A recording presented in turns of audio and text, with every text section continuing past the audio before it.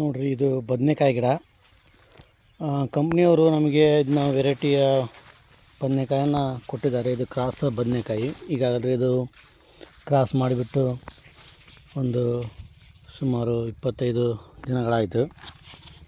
ಈಗಾಗಲೇ ಹಣ್ಣು ಆಗ್ತಾಯಿದೆ ಇದು ಕಾಯಿ. ಈ ಹಣ್ಣು ಆದಮೇಲೆ ಈ ಕಾಯಿಗಳಲ್ಲಿರುವಂಥ ಬೀಜಗಳನ್ನು ತೆಗೆದು ಕಂಪ್ನಿಯವ್ರು ಕೊಡಬೇಕು. ಆ ಥರ ಒಪ್ಪಂದ ಆಗಿದೆ. ಇದರಲ್ಲಿರುವ ಬೀಜಗಳನ್ನು ನಾವು ತೆಗೆದುಕೊಟ್ರೆ 1 ಕ್ವಿಂಟಲ್ಗೆ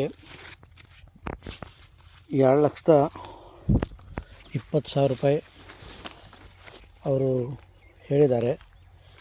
ಬೀಜಗಳನ್ನು ತೆಗೆದುಕೊಟ್ರೆ 1 ಕ್ವಿಂಟಲ್ಗೆ 2,20,000 ರೂಪಾಯಿನ ಹೇಳಿದ್ದಾರೆ ಅವರು. ಬಟ್ ಇದು ಬೀಜ ಯಾವ ಥರ ಬರುತ್ತೆ ಅಂತಂದು ಈಗ ನಮಗೆ ಸ್ವಲ್ಪ ಚಿಂತೆ ಆಗಿದೆ.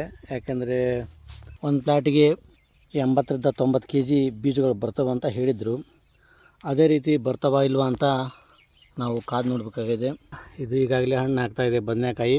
ಇದು ಹಣ್ಣು ಆದಮೇಲೆ ಇದರಲ್ಲಿರುವಂಥ ಬೀಜಗಳನ್ನು ಮಷಿನಿಗೆ ಹಾಕಿಬಿಟ್ಟು ತೆಗಿಬೇಕು. ಮಷಿನಿಗೆ ಹಾಕಿಬಿಟ್ಟು ತೆಗೆದೆ ಅಂದರೆ ಅದು ಎಷ್ಟು ಬಂದಿದೆ ಏನೋ ಗೊತ್ತಾಗುತ್ತೆ ಇಳುವರಿ.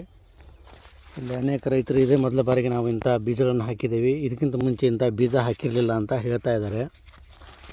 ನೋಡಿ, ನೀವೇನಾದರೂ ರೈತರಾಗಿದ್ದರೆ ಈ ಮೊದಲು ಬದನೆಕಾಯಿ ಕ್ರಾಸ್ ಏನಾದರೂ ಮಾಡಿದರೆ ನೀವು ಎಷ್ಟು ಒಂದು ಪ್ಲಾಟಿಗೆ ಇಳುವರಿಯನ್ನು ತೆಗೆದಿದ್ದೀರಿ ಅನ್ನೋದನ್ನು ರೈತರಾಗಿದ್ದರೆ ಕಾಮೆಂಟ್ಸ್ ಮಾಡಿ. ಹೆಚ್ಚಿನ ವಿಡಿಯೋಗಳಿಗಾಗಿ ನಮ್ಮ ಚಾನಲನ್ನು ಸಬ್ಸ್ಕ್ರೈಬ್ ಮಾಡಿ.